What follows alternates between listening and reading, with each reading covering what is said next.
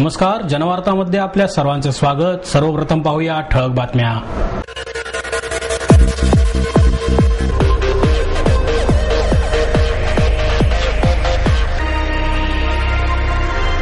खडकवासला विधानसभा मतदारसंघाच्या पोटनिवडणुकीत भाजप शिवसेना आरपीआय युतीचे उमेदवार भीमराव तापकीर यांनी काँग्रेस राष्ट्रवादी आघाडीच्या उमेदवार हर्षदा वांजळे यांचा उडवला धुव्वा।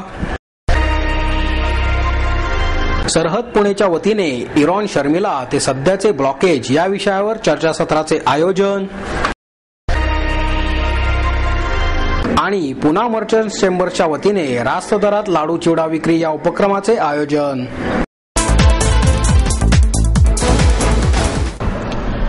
खडकवासला विधानसभा मतदारसंघाच्या पोटनिवडणुकीत भाजप शिवसेना आरपीआय युतीचे उमेदवार भीमराव तापकीर यांनी काँग्रेस राष्ट्रवादी आघाडीच्या उमेदवार हर्षदा वांजळे यांचा धुव्वा उडवला। केवळ पुण्याचेच नव्हे तर संपूर्ण महाराष्ट्राचे लक्ष लागलेल्या खडकवासला विधानसभा मतदारसंघाच्या पोटनिवडणुकीत राष्ट्रवादी काँग्रेसच्या हर्षदा वांजळे यांचा पराभव झाला।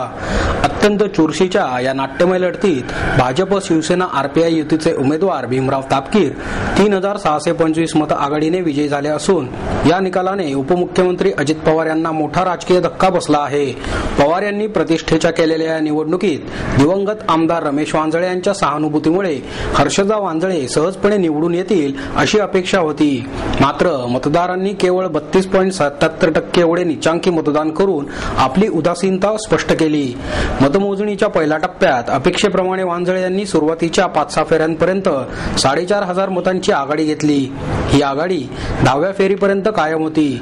मात्र त्यानंतरच्या फेऱ्यांमध्ये तापकीर यांच्या मतांमध्ये वाढ होऊन वांजळे यांच्या आघाडीत घट होत गेली। तापकीर यांनी वांजळे यांची आघाडी मोडून काढत 18व्या फेरी अखेर 9881 मतांची आघाडी घेतली। ही आघाडी निर्णायक असून तापकीर यांचा विजय निश्चित असल्याची भावना यावेळी युतीच्या गोटात निर्माण झाली।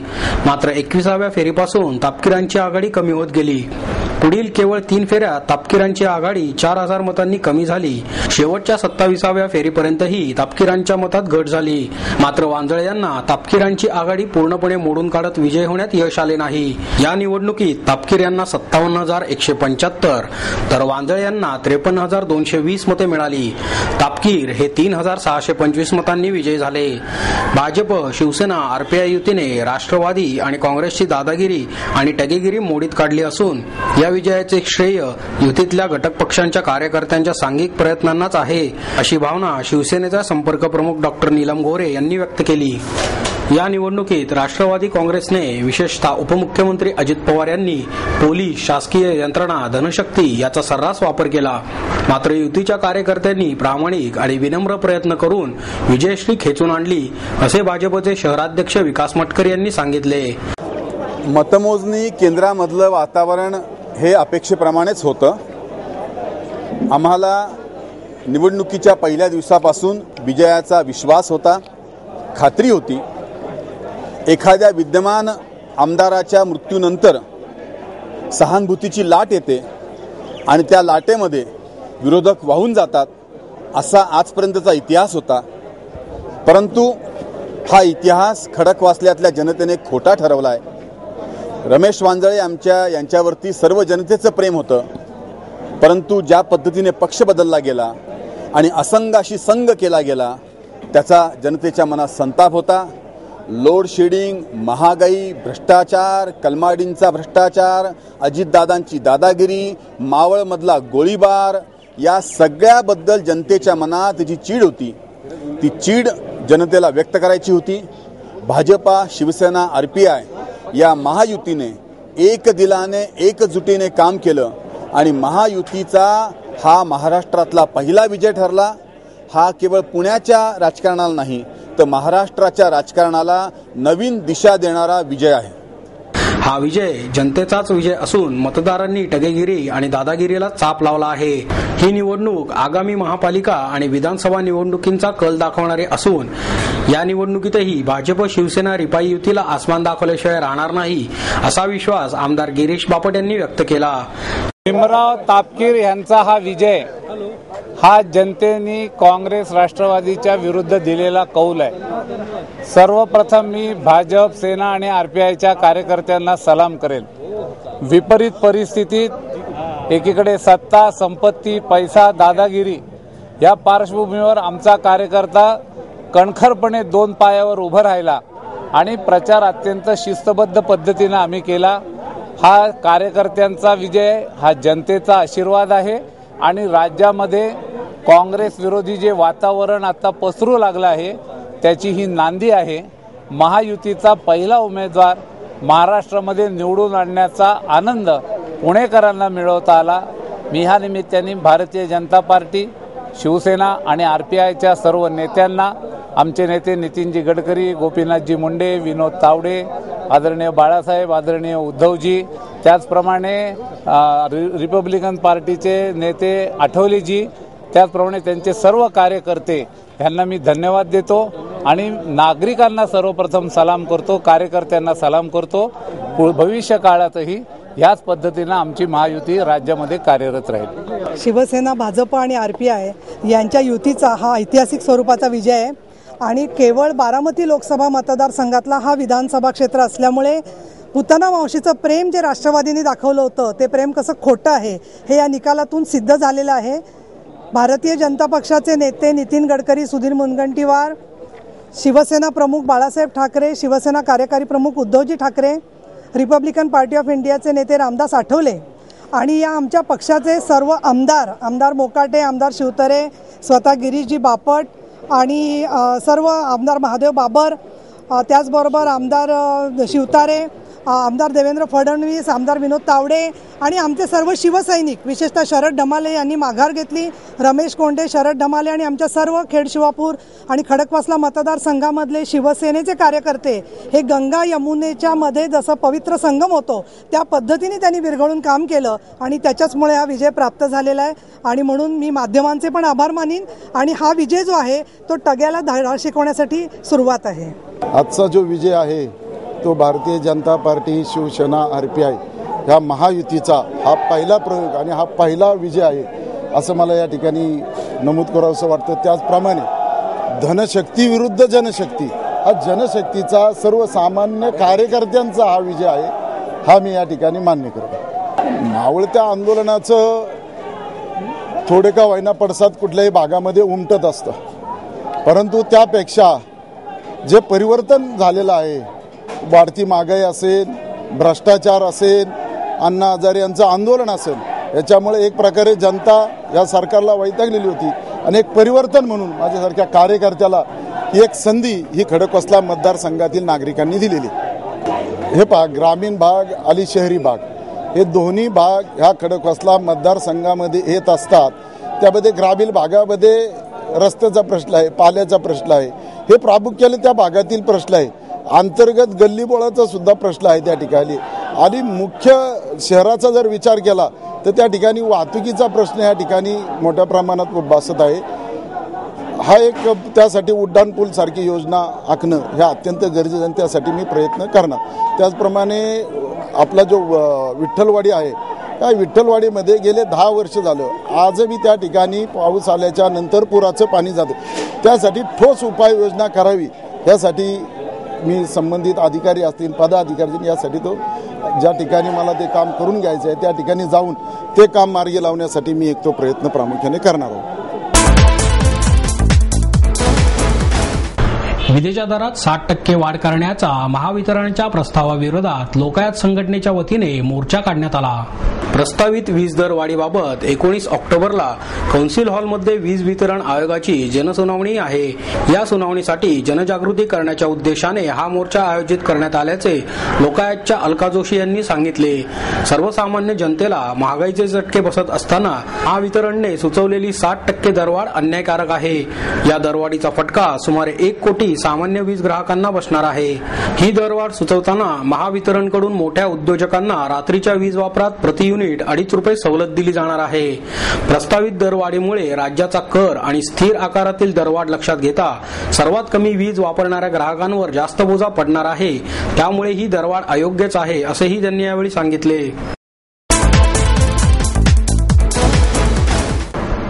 सरहद पुणेच्या वतीने इरॉन शर्मिला ते सध्याचे ब्लॉकेज या विषयावरील चर्चासत्राचे आयोजन करण्यात आले. यावेळी मणिपूरमधील आंदोलकांनी केलेल्या ब्लॉकेजच्या प्रश्नासंबंधी पंतप्रधान डॉक्टर मनमोहन सिंग, काँग्रेस अध्यक्षा सोनिया गांधी आणि नियोजन आयोगाचे उपाध्यक्ष वॉन्टेंग सिंग अहलुवालिया यांना ईमेल किंवा फॅक्सने तातडीने पत्र पाठवून प्रश्न सोडवण्यासाठी प्रयत्न करणार असल्याचे पद्मविभूषण डॉक्टर मोहन दारिया यांनी सांगितले। यावेळी इंडियन इन्फॉर्मेशन सर्व्हिसमधील निवृत्त अधिकारी बी शर्मा, इम्फालचे वरिष्ठ पत्रकार के सरोज कुमार, गुवाहाटी हायकोर्टातील advocate Salam Rupchandra Singh, north east students असोसिएशनचे जीवन निंगथाऊ, सरहदचे अध्यक्ष संजय नहार, विश्वस्त शैलेश वाडकर, युवराज शहा आदी उपस्थित होते। बी शर्मा म्हणाले, मणिपूरची लोकसंख्या 27 लाख आहे, पण त्यातील लोकांचे प्रश्न 50 लाखांच्या वर आहेत। मणिपूरला जोडणारे दोन्ही महामार्ग गेल्या 75 दिवसांपासून आंदोलकांनी बंद पाडले आहेत, तरीही मणिपूर सरकार याविषयी काहीही करत नाही। याचे कारण मणिपूरमधील राजकारणी भ्रष्ट आहेत, असेही शर्मा म्हणाले। ॲडव्होकेट सिंग म्हणाले, काश्मीर, महाराष्ट्र किंवा इतर ठिकाणी कोणतीही घटना घडली तरीही ती माध्यमांद्वारे जगामध्ये पोहोचते, पण मणिपूरमधील भयानक परिस्थिती आजही जगापर्यंत पोहोचली नाही, ही खेदाची बाब आहे। मणिपूरमधील आर्थिक परिस्थितीविषयी सांगताना निंगथाऊ म्हणाले, फक्त 25% निधी जनतेसाठी वापरला जातो। इम्फालचे वरिष्ठ पत्रकार के सरोज कुमार, सरहदचे अध्यक्ष संजय नहार यांनीही मनोगत व्यक्त केले। मुक्ता मनोहर लिखित नग्न सत्य, बलात्काराच्या वास्तवाचा अंतर्वेद या पुस्तकाचे प्रकाशन करण्यात आले। यावेळी ज्येष्ठ समाजसेवक बाबा आडाव, कॉम्रेड बंतसिंग यांच्या पत्नी हरवंश कौर, कॉम्रेड सुदर्शन सिंग, लेखिका मुक्ता मनोहर, मनोविकास प्रकाशनचे अरविंद पाटकर, पुणे मनपा युनियन अध्यक्ष comrade DS Deshpande, Shantabai Ranade, Ashish Patkar, Mangala Mishra, doctor Chhaya Datar, प्राध्यापक क्षमा दलवाई, इंदुबाई मारणे, मेघा तथे आदी उपस्थित होते। यावेळी बोलताना बंतासिंग म्हणाले, माझे दोन्ही हात नसले तरी या बाजूमध्ये मोठी ताकद आहे। देशातील जनतेची ताकद एकत्र आली तर सर्व अन्याय नष्ट होईल। आपल्या शेतीकडे पाहिले की समाधान मिळते, परंतु या जमिनी हडप करण्यासाठी अनेकांचा डोळा आहे। भ्रष्टाचार, अन्याय या देशात वाढला असून हा अन्याय आणि भ्रष्टाचार रूपी राक्षसाचा वध करण्याची वेळ आली आहे। हा अन्याय आणि भ्रष्टाचार मुळापासून उपटून काढायचा आहे, त्यासाठी स्वतःचा जीव गेला तरी चालेल। सुखदर्शन सिंग म्हणाले, जीवनात ज्यांचे खरे कार्य आहे आणि ते कार्य देशासाठी असेल तर ते कार्य लिखित स्वरूपात आलेच पाहिजे। एकीकडे आपला देश महासत्तेकडे चालला आहे असे म्हटले जाते, तर दुसरीकडे महागाई, अन्याय, भ्रष्टाचाराचे प्रमाण वाढत आहे। त्यामुळे देशातील महागाई, अन्याय आणि भ्रष्टाचार याला वेळीच आळा घालण्यासाठी आपण सर्व एक झालो पाहिजे। या प्रसंगी मुक्ता मनोहर, इंदुबाई मारणे, प्राध्यापक क्षमा दलवाई, डॉक्टर छाया दातार, जसबीर कौर तसेच अभिजित वाघ, नामदेव लागवे, अक्षय जाधव यांनी मनोगते व्यक्त केली। या प्रसंगी PMT कामगार संघ, इंटक आणि अनेक संस्थांच्या वतीने बंतसिंग यांचा सत्कार करण्यात आला। ओम साई सेवा चॅरिटेबल ट्रस्टच्या वतीने साई भक्त गोपाळराव बुटे यांना मरणोत्तर साई रत्न पुरस्कार प्रदान करण्यात आला।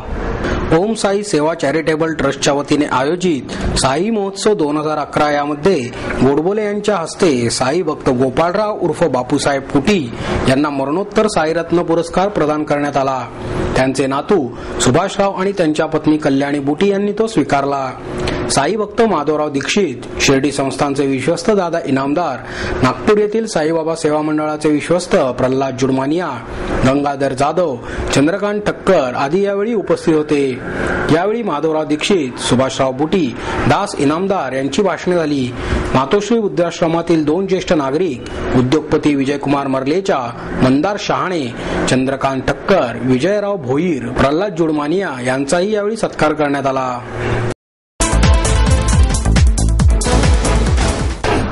पुना मर्चंट्स चेंबरच्या वतीने रास्त दरात लाडू चिवडा विक्री उपक्रमाचे आयोजन करण्यात येणार आहे। डाळी आणि खाद्यतेलांच्या भावात मोठ्या प्रमाणात वाढ होऊनही यावर्षी लाडू आणि चिवड्याचा भाव प्रति किलो 70 रुपये ठेवण्यात आला आहे। यावर्षी प्रत्येकी 1 लाख किलो लाडू आणि चिवडा विक्रीचे उद्दिष्ट ठेवण्यात आल्याची माहिती उपक्रमाचे प्रमुख राजेश शहा यांनी पत्रकार परिषदेत दिली। यावेळी उपाध्यक्ष रमेश पटेल, सचिव नितीन नहार, माजी अध्यक्ष दीपक बोरा उपस्थित होते। राजेश शहा म्हणाले, मागील वर्षाच्या तुलनेत हरभरा डाळ, भाजकी डाळ, शेंगदाणा, तेल, तूप या वस्तूंच्या दरात मोठ्या प्रमाणात वाढ झाली आहे। मात्र लाडू चिवड्याच्या किमतीत जास्त वाढ न करण्याचा निर्णय चेंबरने घेतला आहे। गेल्या वर्षी 65 रुपये प्रति किलो दराने विक्री करण्यात आली. यावर्षीही बाजारातील किमतीच्या जवळजवळ निम्म्या दरातच ते उपलब्ध करून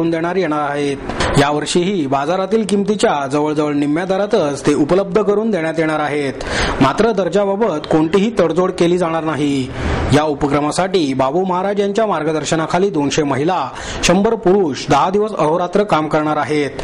लाडू आणि चिवड्याची विक्री करण्यासाठी मार्केट यार्डमधील व्यापार भवन, शंकरशेठ रस्त्यावरील ओसवाल बंधू समाज कार्यालय, ग्राहक पेठ, टिळक रस्ता, Jayashree oil and sugar depot, Kothrud Jagdish trading company Hadapsar आणि बिबेवाडीतील पुष्पम गॅस एजन्सी अशा 6 ठिकाणी केंद्रे उभारण्यात येणार आहेत. यंदा बारामती येथील व्यापाऱ्यांनी हा उपक्रम राबवण्याचा निर्णय घेतला आहे. चेंबरच्या रिलीफ फंडातून 6 सामाजिक संस्थांना मदत करण्यात येणार असल्याचे सेठिया यांनी स्पष्ट केले.